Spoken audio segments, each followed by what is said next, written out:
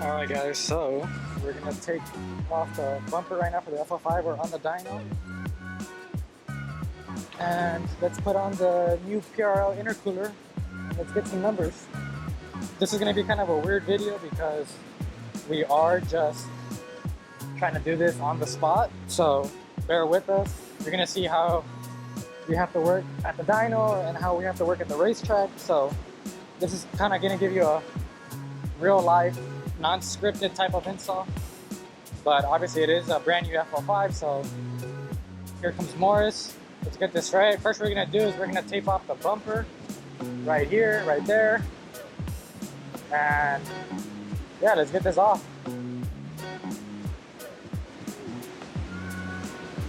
First thing I'm gonna do is start removing the upper clips.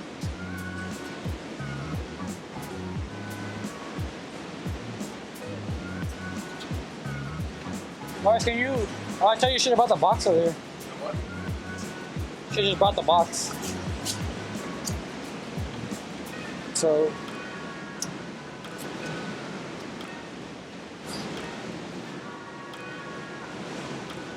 I might just have to like time skip this for this install, but yeah, it's about 12 clips up top first. I usually would use a pry tool to remove all this. Morris has already started to mask off the bumper.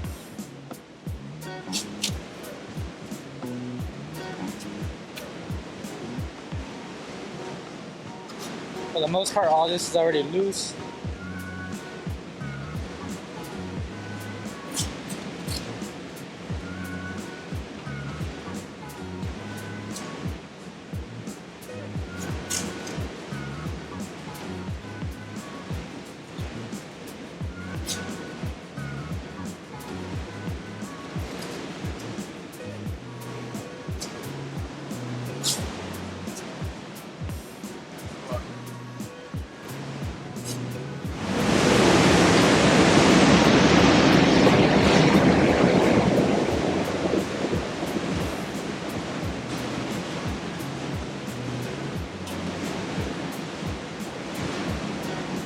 There's a couple of hidden clips on the edges of the bumper.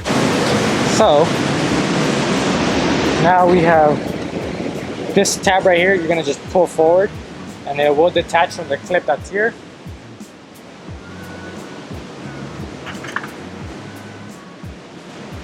But I mean, fairly simple install. We are just going to basically go under the bottom now and remove the bolts down there. And the bumper is pretty simple. It's not like the FK one, which is super difficult to work with. But yeah, Honda definitely made a way better design choice this year.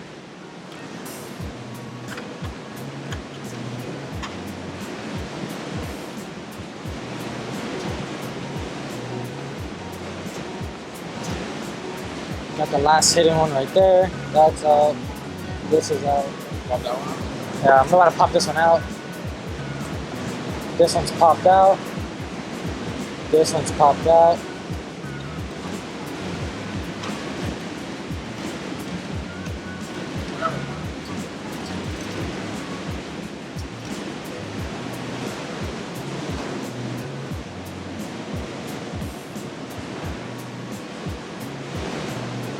And Morris is going to go on the bottom now and remove the lower bolts.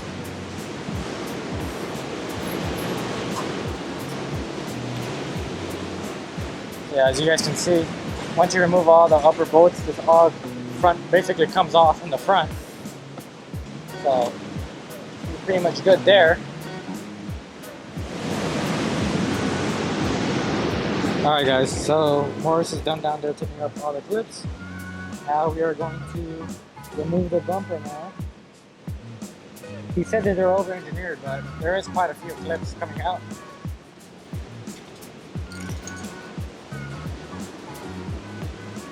So I'm going to try to grab as much as possible.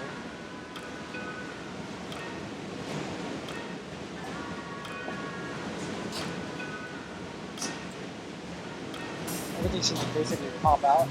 Like that. Go grab the other side now.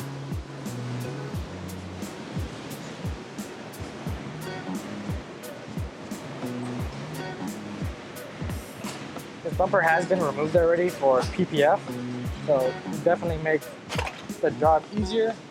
And there's no headlights, fog lights I mean, so pretty easy to remove. Glare, let me move this out of the way.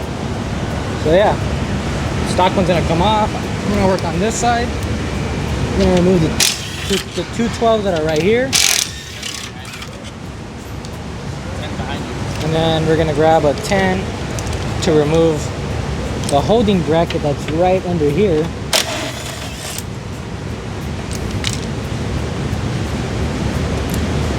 Which is basically this. There we go.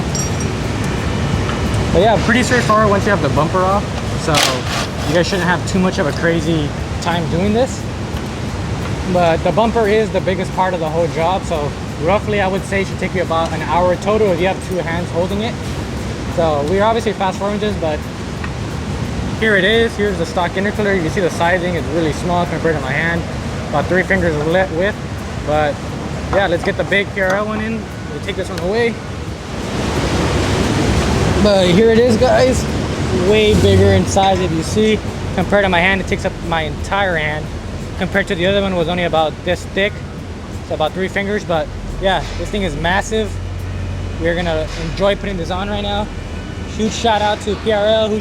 Huge shout out to Hondata for supporting us in this build. So let's put this on really quick. We're gonna do the O-rings that go here first, and then we'll install this right now.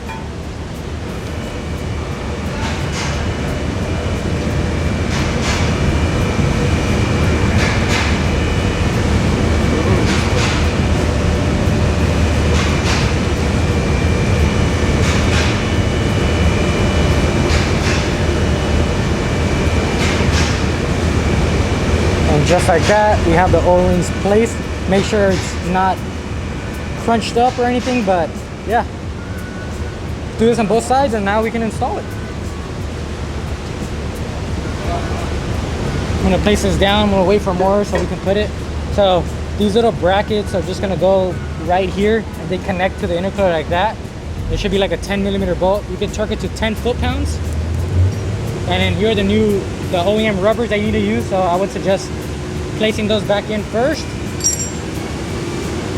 Is there any new hardware or no? No? Okay. Okay, so we place it in. Just make sure the PRL is on the driver's side. That's how you know you have it the right way. And then just set your mounting screw, which goes back here.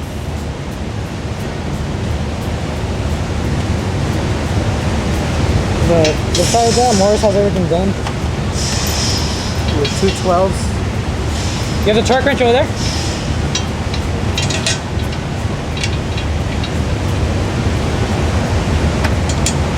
And you're going to use the same OEM hardware. Then the 10 bolt right here.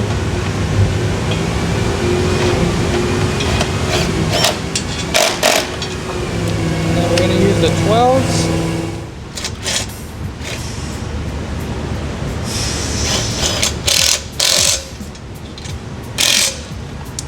We're going to do his side, and then we're going to just torque it up 20 foot-pounds, and we should be done.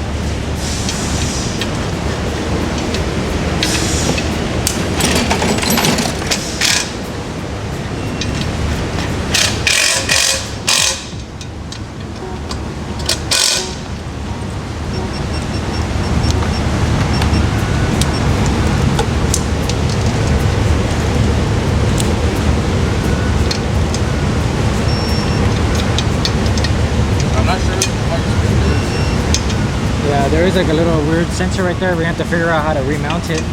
But for now, we are gonna get this back on the dyno and then see what it does. Yeah, just make sure everything's torqued to spec. But I'll figure out this right now.